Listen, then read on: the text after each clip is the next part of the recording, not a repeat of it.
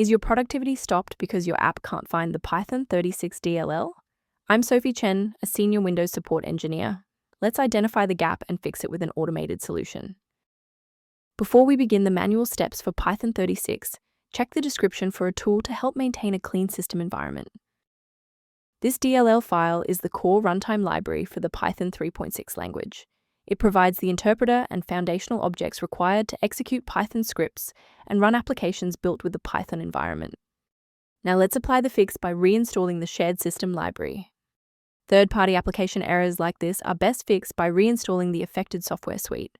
Download and reinstall the latest version of Python interpreter to restore the Python 36 DLL library without risking system instability. When a standard reinstall doesn't cut it, we move to advanced diagnostic steps to ensure the system is properly configured. Performing a restart can determine if the error is just a transient environment glitch. A reboot refreshes your system's path variables and can sometimes re-establish a broken link to the Python 36 file. Bookmark this video or click the like button now so that you have a shortcut back to this guide after your PC finishes restarting. Before you finalize your changes, I need to emphasize the importance of using trusted sources.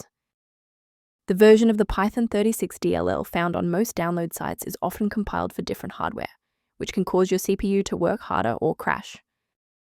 A verified diagnostic utility can help manage the ongoing restoration and health of your system's library ecosystem. The official utility reference below outlines an approach to managing the Python 36 within a Windows library environment. I'm Sophie Chen. If we've successfully stabilized your environment and resolved the Python 36 error, please subscribe and join our community of technical professionals.